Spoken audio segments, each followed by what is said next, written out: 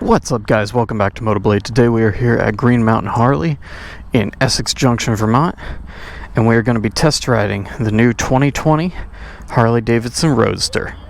Let's get started.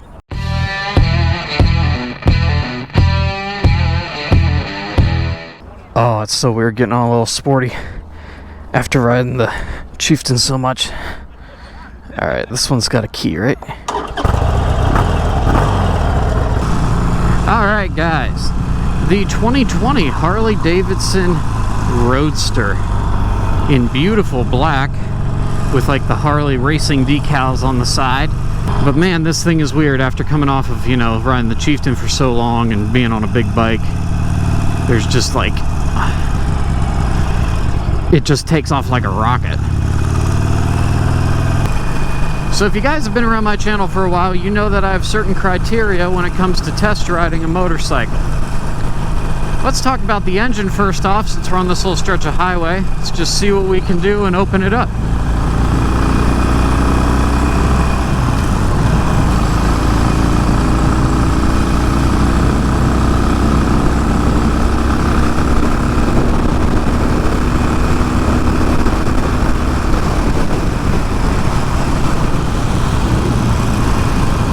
No problem getting up in the mid-90s. No problem at all there. Really fun. Fifth gear, I feel like I want that sixth gear. I just want to go faster, but that's just me. More than enough power for this little bike. 1200cc in that engine. Of course, the Sportsters have had that blockhead now for freaking ever. And it's a great engine. It's been well proven, well tested. So the engine in this bike is going to give you plenty of power, lots of fun. No complaints there whatsoever. Next thing we're going to talk about is comfort. For me, a bike has to be comfortable because I like doing really long rides and all day long rides. And if the bike isn't comfortable and my ass starts hurting after a while, it's just not fun anymore. So right off the bat, I can tell you, I sat on this thing and I'm like, wow, the seat's kind of hard. I don't think this is going to be very comfortable for a long ride. I've only been riding it for a few minutes, but I don't notice the hardness of the seat. On my Chieftain, I just sink into that big leather seat. On this, there's not a whole lot there, and it's pretty hard.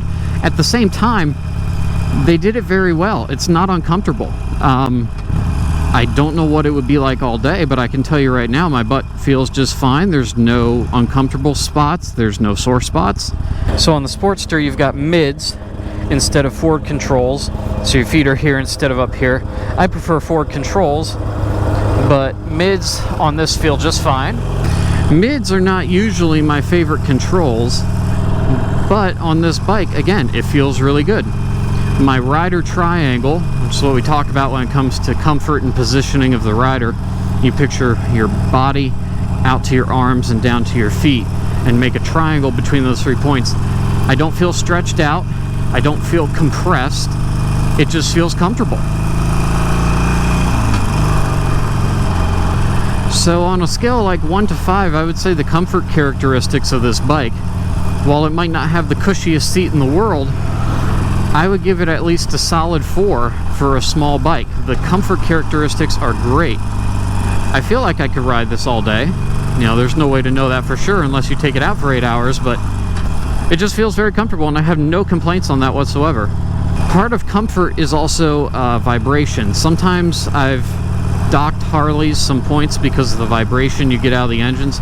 Particularly in the Iron 1200, I did not like the vibration I got out of that bike. It was annoying to the point of being distracting. On this bike, I don't notice the vibration. It's there. It's going to be there on any motorcycle, but it's not severe. It's not overwhelming. It's not annoying in the least. You can just tell you've got an engine beneath you, and that's it. Nothing bad with vibration at all. They did a very good job keeping the vibrations to a minimum on this bike, and you don't really feel it through the foot pegs either. That's another thing that gets on my nerves. When you feel vibration coming through the foot pegs to the point it sometimes will vibrate your shoe right off the peg, you don't have that on here.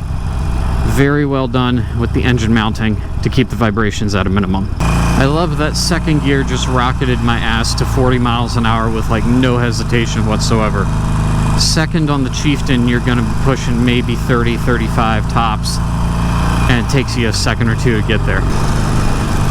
So we've talked about the speed and the engine. We've talked about comfort. Let's talk about handling. Flickable side to side. Yes. I feel like I'm working a little harder for it, maybe on this than I would be on like the Iron. And that may be due to the front rake angle. I don't know if that's different on this bike than it is on the Irons. It feels like it wants to just track steady. Like, it doesn't really have a lean to it. It doesn't want to fall into the turns as easily perhaps as other bikes. It just wants to track straight and true, which is nice. It's a very solid feeling when you're riding something this small. Gives you a lot of confidence.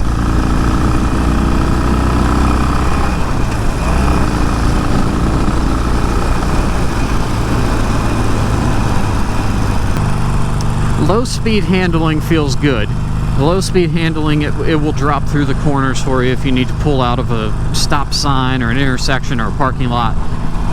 But making these little quick flick side to side movements, not the best I've ever ridden. Definitely not the worst. But this bike just feels like it wants to track really straight and true. So along with handling, let's talk about the bells and whistles you have here on the bike. There's not a whole lot here, you know, as far as gadgets. You've got the nice, I like these digital analog combos. You kind of have the best of both worlds. I like having an analog tack, but you have a digital speedo and you have your gear indicator. You have digital RPM down there as well. I can switch that to miles traveled, odometer, let's see, trip A, trip B, and a clock. I don't see a fuel gauge on here, however. I might be remiss in that. I just might not know where it is. But I've cycled through the data and I have not seen a fuel gauge. So you may not have one on this bike. You may just have the low fuel light come up on the dummy light bar, and that's it. For lights, you have your normal lights, and then you have high beam and pass on single headlight. You have your standard Harley blinkers. What's up, dude? You have your standard Harley turn signals, you know, left one on left side, right one on right side. I'm not a huge fan of that. I kind of like them both in one place. But they have automatic turn canceling, which is nice.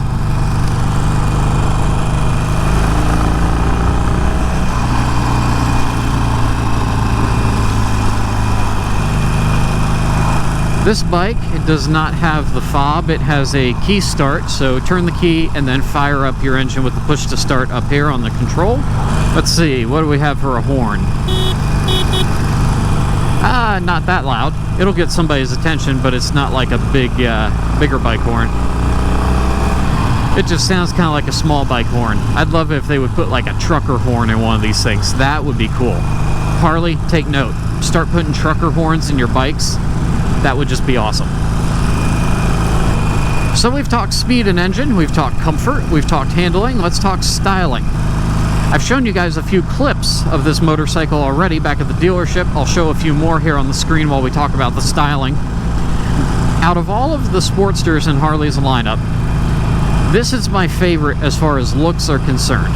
The Roadster has this more aggressive styling profile that I like. It's got like the more flat top to it. It doesn't have that big long drop to the back where you're sitting. It's got a more aggressive front end, I think. It's just my favorite look in the Sportster lineup. I love this paint job with the Harley racing flag in it. It looks really cool. Looks, of course, are going to be subjective. Some people might like it, some people might not, but personally, this is one of my favorite Harleys as far as looks are concerned overall, and definitely my favorite in the Sportster lineup. We're going to turn around here actually and head back to the dealership. So let's talk about my overall impressions on this bike. Speed and engine, fantastic. Handling, perhaps not the most flickable side to side, although it's not bad, it's just maybe not quite the best I've ever felt. But what the bike really does for handling is it wants to track really straight and true. It's fantastic on that. And for people who might want to start on this as their first motorcycle, that is a fantastic confidence builder, because the bike is going to ride so straight and so true, and it's going to feel very stable beneath of you. And that is great for a beginner. Styling, I think it looks great. Comfort, it feels great. I've been riding now for like 25-30 minutes, and my butt's not sore, and it feels comfortable. Like my arms and my legs aren't fatigued from this position that I'm riding in. It feels very comfortable, very natural. One thing I forgot to mention earlier with the comfort is this bike does have a passenger pillion built in to the main seat and a set of rear passenger pegs. So if you want to carry someone on the back of this bike, it might be a little cramped due to the size, but it can be done, and the infrastructure is already in place, so it's one less thing you have to buy.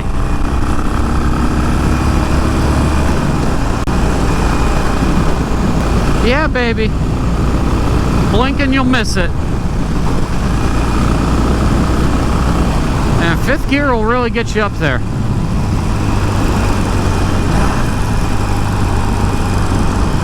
Oh, that's fun. I've forgotten what that feels like to ride a small bike really fast. You ride a big bike slow or a big bike fast, it's fun, it's comfortable, but there's nothing quite like riding a small bike really fast. What's up, dude? So would I buy this bike? Heck yes, I would. If I was in the market for a Sportster from Harley of any kind, this would be the one I'd get. It looks great, it's fast, it's comfy, the handling's good. This bike has my full endorsement. There is nothing detracting me from buying this bike. It's great. If you're interested in it, test ride it and just go for it. It's a blast, it's a lot of fun. So, I hope you guys enjoyed this new video. This is going to be the first of our 2020 Harley lineup test ride videos. If you did enjoy this video, hit that thumbs up button, subscribe to the channel. There's a big red button down there somewhere on the screen. It says subscribe on it. Click the bell icon next to it. That'll give you guys notifications when there's new videos to watch right here on MOTOBLADE. Big shout out and big thank you always to Green Mountain Harley Davidson for allowing me to come in and do the test ride. Big thank you to Allie over there at Harley Davidson and all the guys over there in the shop. I appreciate you guys watching and supporting all this. Every time I go in there, they make me feel like family. If you guys are in the Burlington or just in the general Vermont area, stop by Green Mountain Harley Davidson. Nicest people. They will hook you up. They will take care of your needs. They're great people over there, and I can't thank them enough for putting all this together for me. So I hope you guys enjoyed this video. Until next time, you guys know what to do. Be careful out there on the road. Ride safe, ride on. I will catch all of you later. Deuces.